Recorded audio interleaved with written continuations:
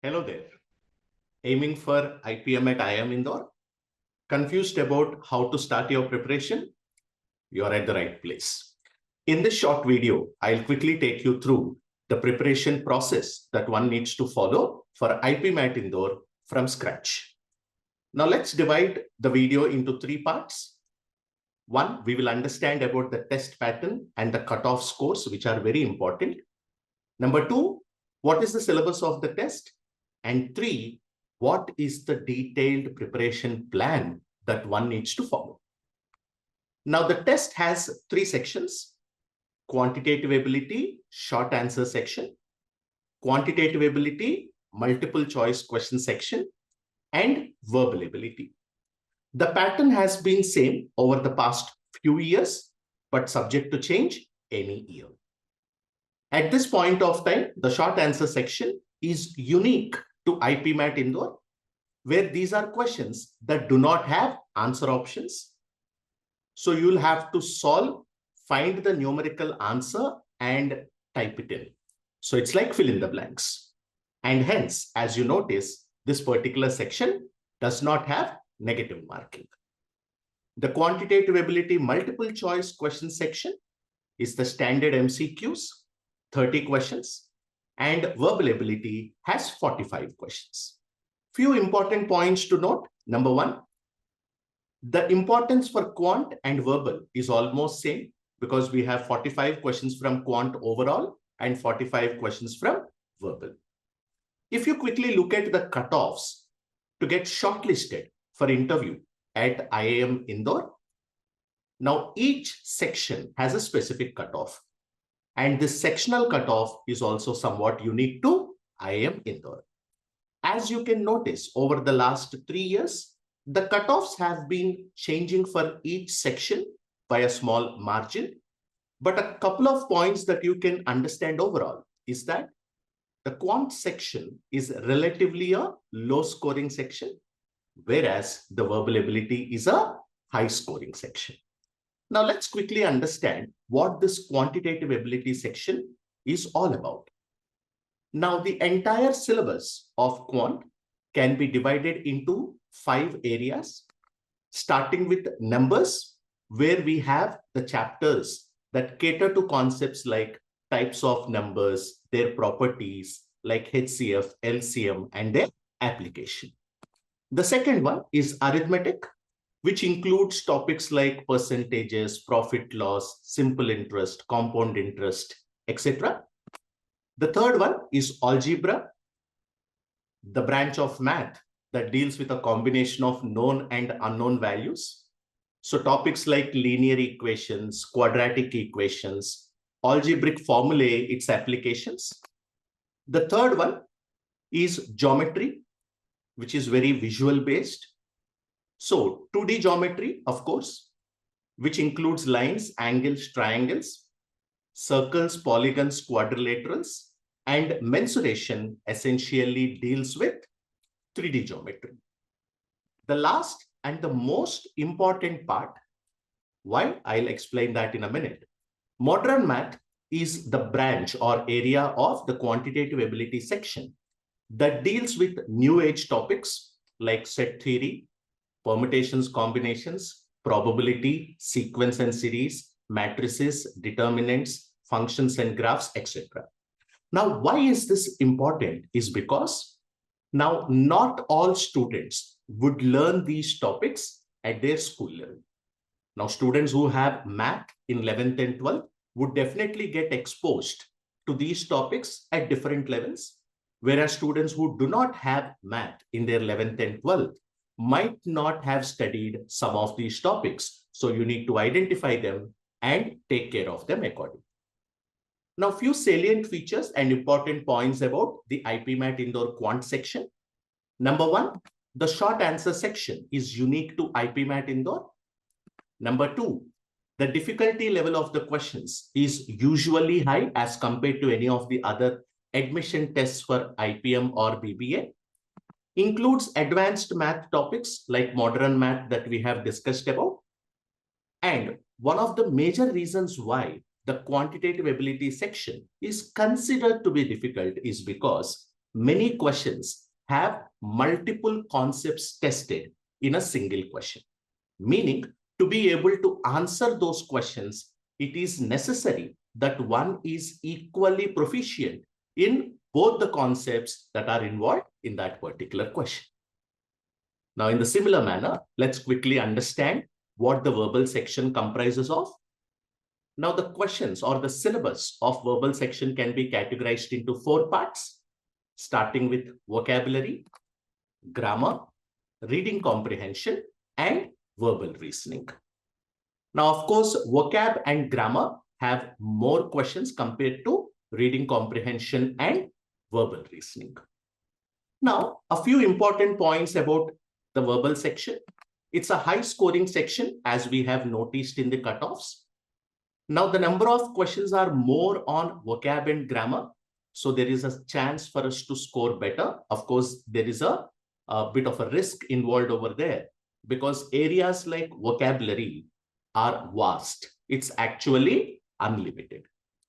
Now, reading comprehension is very much inference based, which sort of, can be a deal breaker.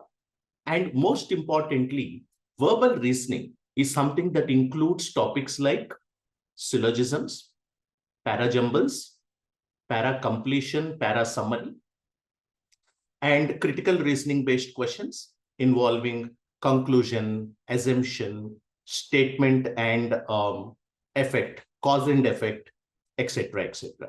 Now, these are topics which we may not have studied in detail.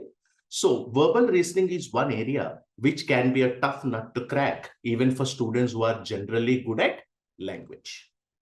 Now, let's see what should be the preparation plan for us to be able to handle the entire preparation for IPMAT Indore, both quant and verbal. Now, to start with, there are milestones that we need to decide for ourselves, or you can say objectives of your preparation plan. Number 1, absolute conceptual clarity. Number 2, topic-wise practice that needs to be done. And also the practice should be on a day-to-day basis. It cannot be a situation where like I'll practice for 3 days, then I give a break for 3 days. That doesn't work. A break of 1 or 2 days here and there is okay. But in general, it has to be a regular, continuous practice. Effective usage of mock tests. Now, there are a lot of students who know the importance of mock tests, but do not know the best possible manner to utilize them. The last and most important one is the timeline. Now, depending on where you are and which year you are appearing for IPMAT Indore, you know the duration that you have. So work backwards. For example, if you are appearing for IPMAT Indore in 2025, the exam date is already announced, which is 12th of May, meaning we have almost a time of approximately 7 months. If you are aiming for IPMAT Indore in 2026, add 12 months to that. So you have around 19 months. And then you decide for each of these objectives, how much time would be required, and accordingly you identify the timelines. Now, let's look at each of these aspects in detail. Now, when we look at conceptual clarity, now how do we attain that? Number 1, let's create a robust list of topics that needs to be covered in every section. So what are the entire list of topics in math and what are the entire list of topics in verbal? And 2, remember, this is something which I have seen in many students. We tend to identify the important topics and skip the topics which we may not be comfortable with. Now, I would say that's not a great strategy. No topic should be skipped.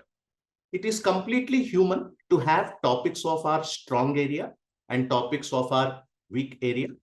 The entire effort should be to convert each and every of those topics which are a weaker topic to us into a non-weak topic.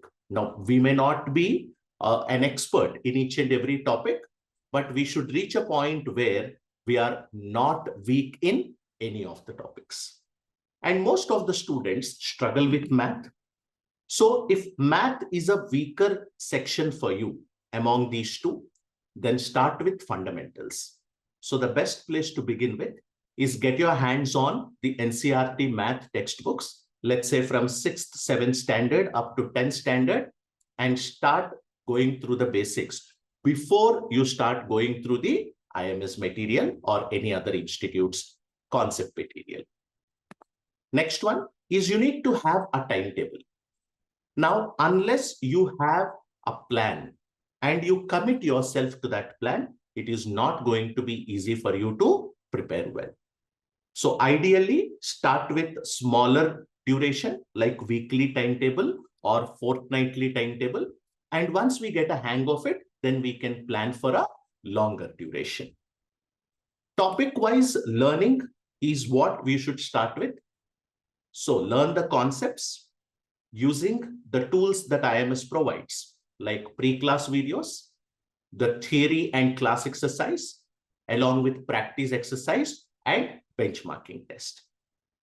Along with this topic-wise practice, you should also have some time allotted on a day-to-day basis for certain skill-building activities.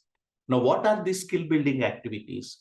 If you're someone who struggles a bit with math, then you need to involve yourself into a few interesting activities like doing Sudoku puzzles, solving number-based puzzles, or number crunching, etc., so that over a period of time, you'll be able to develop that comfort level with math. At the same time, if you look at the verbal section, as we discussed a while ago, vocabulary and reading comprehension can be a problem. So solving crossword puzzles, building a habit of reading can go a long way in improving your ability to answer these questions better in the verbal section of IPMAT Indore. Now, once we familiarize ourselves with the concepts of all the topics, the second stage is practice. And once you complete the concepts, don't jump to the mock test right away because there's a significant gap between the concepts and mock tests. So you need to follow a stepwise approach. So once the topic-wise concept learning is done, the next level is topic-wise practice. So solve topic-wise tests or practice exercises or benchmarking tests, and then move on to area-wise practice or module-wise practice. Keep identifying the topics where you are struggling to answer the questions in the practice exercises and have additional time to revise those concepts at regular intervals so that over a period of time, you'll be able to handle them better. And it's very important that you have tools like the module test at IMS, which will help you not only benchmark your ability at regular intervals, but also give you a clear idea as to how well you are doing in one particular module that has a set of math and verbal topics. Now, as much practice as possible should be done in online mode because end of the day, the exam is online. So like at IMS, the entire practice offered is in online form along with video solutions that would give you a great support in terms of building the habit of doing online practice and also clarify any doubts or questions you have in an easy manner. And of course, one important point that you need to remember while practicing is that it's very important that you always solve questions in a timed manner.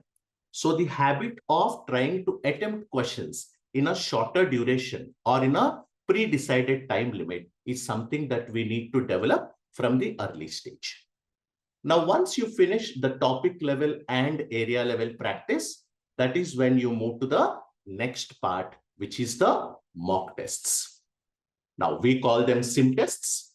So the initial focus of the sim tests should be to build stamina. Now, it is easy, believe me when I say this, it is very easy to solve a specific topic for 1 hour, 2 hours, but it is no joke to be able to take a 2-hour test in a single stretch with utmost confidence and focus by moving through quant and then verbal. So the initial set of mock tests should be used to build your physical and mental stamina to fit in those 2 hours. As important it is to take the test, it's equally important to do an analysis. On a rough note, I would say a 2 hour of test, you should spend equal amount to analyze and understand what went right, what went wrong. Unless you know what are the mistakes you have made, which of them could be avoided, what are the lost opportunities, you'll not be able to plan a better strategy for the next mock test. In this process, it's also very important to build the habit of question identification. Now, in exam, there will be a lot of questions which we find difficult or we couldn't think of the approach. But after the exam, we'll be able to solve them just like that. So it's very important to be able to get that skill over a period of time to figure out what questions to answer and what questions not to, which is something that will be a byproduct of test analysis. And from one test to other test, you should have targets. And rather than setting yourself abnormal targets or a target which does not have a proper logic, always compare the actual score with your potential score. Now you attempt a sim test, you got a specific mark. Now that's your actual score. Now how do you calculate the potential score? Take into account the mistakes you could have avoided. Take into account the questions you could have answered. Now, if you add the marks from these questions to your actual score, the result is your potential score. From one test to the other, the objective always should be how well I bridge the gap between my actual test score and potential test score. And every person has a different skill. Every person has a different approach. Every person has a different personality. So it's important that with the help of the mock test, we identify what is the right approach for you as an individual for each of the sections. And it's important that we achieve the objective of the scores in step-by-step approach. Now, it is not possible for us to score very high all of a sudden overnight. Now, since IIM Indore IPMAT requires sectional cutoffs, so the first target should be how do I clear the sectional cutoff in each section? And once we start clearing the sectional cutoffs, the next target should be to maximize the overall score, because in the final selection, there is significant amount of importance given for IPMAT Indore score. So to summarize, a few important points to note. Number one, equal importance to all topics. Because you are weak at math, don't focus too much on math and leave out verbal. Over a period of time, the strong area might become your weaker area. Number two, once you learn a topic or once you learn the concepts of a topic, it may not be possible for you to remember and retain everything at once. So hence, regular revision of difficult topics is very, very important. Vocabulary and reading skills is something that we need to keep working on a day-to-day basis because there is no end to it. Whatever doubts you get, clarifying them right away is extremely important. Now, a lot of students practice whatever doubts they get, they just leave them at it. But unless you clarify them, you'll not be able to figure out what works in such questions. Online learning and practice should be a focus because the end of the day, the test is online. Have enough time for informal learning as well. Along with the test preparation, you should also have certain time to understand about the program they have to offer, what are the subjects that you study at IPM, about the college and other aspects. And lastly, always have your eye on the prize. And a don't give up attitude is something which is extremely important to succeed in exams like IPMAT Indore. I hope this video has been of help to you to understand the end-to-end approach for your preparation plan. All the best and see you in my next video.